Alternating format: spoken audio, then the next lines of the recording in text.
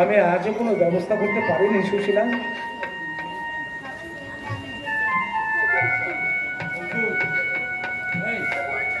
আজও আমি কোনো ব্যবস্থা করতে পারি না। জানো সুশীলা, আমার এই দুর্বিষহ জীবনের মাঝে তোমাকে জড়িয়ে তোমার জীবনটা আমি দুঃখে ভরিয়ে দিয়েছি। আমায় তুমি ক্ষমা করো সুশীলা। আমার কথা বলো না, আমার কথা বলো না, একথা শোনো যেমন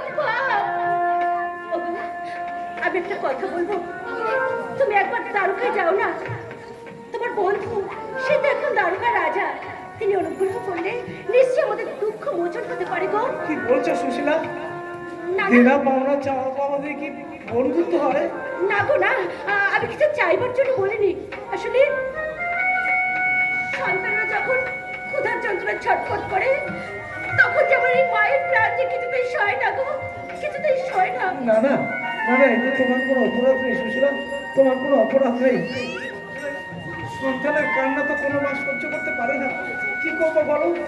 আচ্ছা শোনো, আমি আমি যেমন ভাবে পারি প্রয়োজনে ভিক্ষে করে হলো আমি কিছু একটা ব্যবস্থা এই দুর্বিষহ জীবনের মধ্যে দিয়ে আমি আজকে দিনের জন্য ভুলে যাব সুদামা একজন বেদজ্ঞ, সুদামা একজন শাস্ত্রজ্ঞ। তাই তো নগরবাসীর কাছে ভিক্ষে চাইতো আজকে আমার এতটুকু অসুবিধা। আমি একটা কথা বলবো, দাঁড়াও। তুমি চলে গেলে কেন?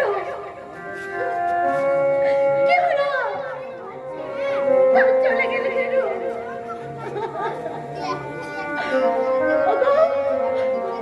আমি বলছিলাম কি, তুমি তো এখন শ্রেষ্ঠ পণ্ডিত, বেদজ্ঞ, তারপর ভগবান শ্রীকৃষ্ণ তোমার প্রিয় সখা, তবে তবে তোমার এমন করুণ দশা কেন?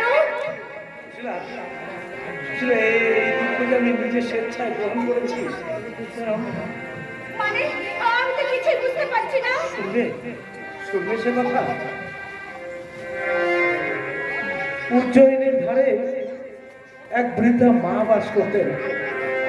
তিনি 6 দিন ধরে অনাহারে ছিলেন।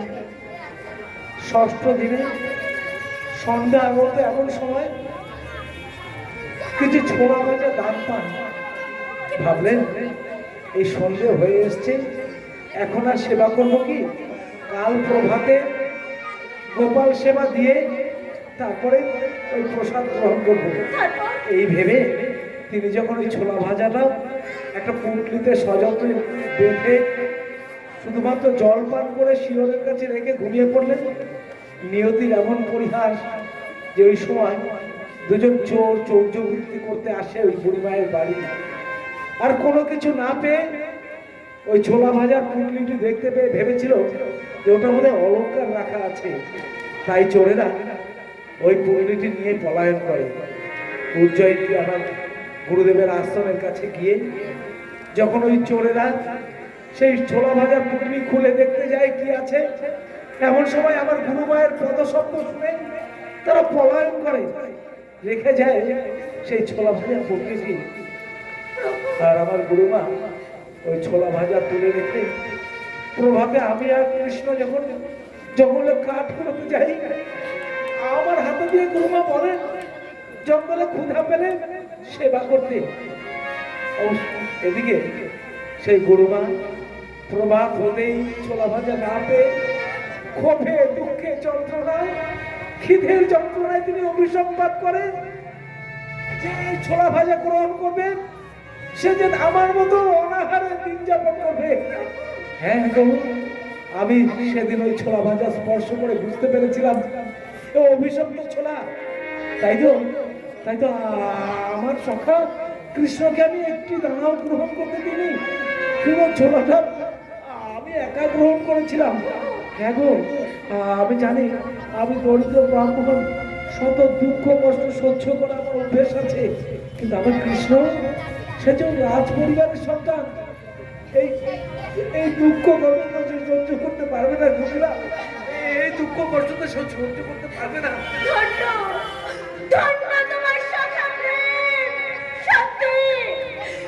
সত্যি তুমি মহান, সত্যি তুমি মহান। আমি আমি কিছু ব্যবস্থা নিশ্চয় করবো।